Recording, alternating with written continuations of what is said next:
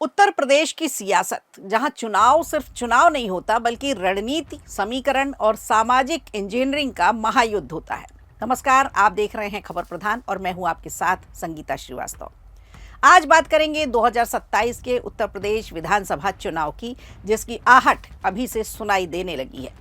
भले ही चुनाव में अभी वक्त है, लेकिन सियासी बिसात बिछना शुरू हो चुकी है। एक तरफ लगातार 2 बार सत्ता में वापसी कर चुकी भारतीय जनता पार्टी है, तो तीसरी बार जीत की हैट्रिक बनाने के इरादे से अब वो मैदान में उतरने की तैयारी कर रही है। और दूसरी तरफ समाजवादी पार्टी है, सत्ता का सूखा झेल रही है, जिसके अध्यक्ष अखिलेश यादव पीडीए यानी पिछड़ा, दलित और अल्पसंख्यक समीकरण के सहारे सत्ता में वापसी का सपना देख रहे हैं। और तीसरी ताकत भी है, तीसरी ताकत है बहुजन समाज पार्टी की, जिसकी प्रमुख है मायावती। उन्होंने साफ कर दिया है कि उनकी पार्टी आने वाले चुनाव में अकेले ही चुनाव लड़ेगी। अब जरा समझते हैं असली मुकाबला कहाँ है। उत्तर प्रदेश की राजनीति में जातीय समीकरण का सबसे बड़ा फैक्टर रहा है, खासकर दलित वोट बैंक, जिसे सत्ता की चाबी माना जाता है। इसी को ध्यान में रखते हुए अखिलेश यादव ने पीडीए फॉर्मूला बनाया। उनका दावा है कि पिछड़े, दलित और अल्पसंख्यक अगर एकजुट हो जाए तो 2027 में सत्ता परिवर्तन हो सकता है। हाल ही में अखिलेश यादव ने एसआईआर प्रक्रिया और फॉर्म 7 को लेकर सवाल उठाए। उन्होंने कहा कि जिन नामों को सूची से हटाया जा रहा है वे अधिकतर पीडीए वर्ग से ही जुड़े हुए हैं।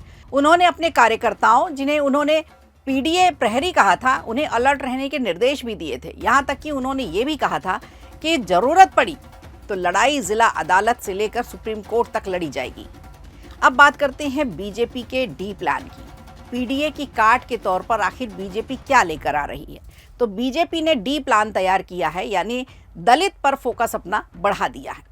पार्टी ने 15 दलित महापुरुषों का एक विशेष कैलेंडर भी तैयार किया है। इनकी जयंती, इनकी पुण्यतिथि और साल भर में इनके कार्यक्रम जो आयोजित होने वाले हैं वो सब इसमें दर्ज कराए गए हैं, ताकि दलित समाज के बीच सीधा सीधा संवाद कायम हो सके। इस सूची में काशीराम से लेकर संत रविदास तक के नाम शामिल है। अब ध्यान देने वाली बात क्या है? ध्यान देने वाली बात यह है कि बीजेपी ने मायावती या किसी बड़े दलित चेहरे पर सीधा हमला करने के बजाय इससे तो परहेज किया, लेकिन फोकस किया दलित समाज पर, दलित समाज के बड़े नेताओं पर, दलित समाज के बड़े चेहरों पर। पार्टी ये संदेश देना चाहती है कि दलित महापुरुष और उनके सम्मान के साथ वो खड़ी है। अब रणनीति बीजेपी की साफ है कि पीडीए की धार को कुंद करना और दलित वोट बैंक में सेंध लगाना। इसके साथ ही योगी आदित्यनाथ की सरकार भी योजनाओं की डिलीवरी को बड़ा मुद्दा बना रही है। 2022 के चुनाव में मुफ्त राशन योजना थी और केंद्र की नीतियों का असर भी साफ देखा गया।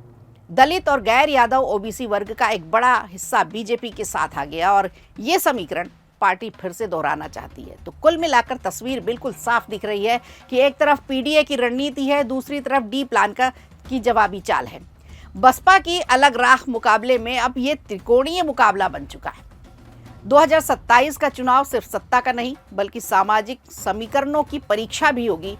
अब सवाल यह है कि क्या पीडीए फॉर्मूला बीजेपी के विजय रथ को रोक पाएगा, या फिर डी प्लान के जरिए बीजेपी तीसरी बार सरकार बनाने जाएगी और इतिहास रचेगी। फिलहाल सियासी शय और मात का खेल यहाँ जारी है और 2027 की जंग का काउंटडाउन भी शुरू हो चुका है। तो जुड़े रहिए हमारे साथ अपडेट के लिए, क्योंकि उत्तर प्रदेश की राजनीति में हर दिन एक नई चाल चल दी जाती है। वीडियो अच्छा लगा हो तो लाइक कीजिए, शेयर कीजिए और कमेंट बॉक्स में हमें ज़रूर बताइए।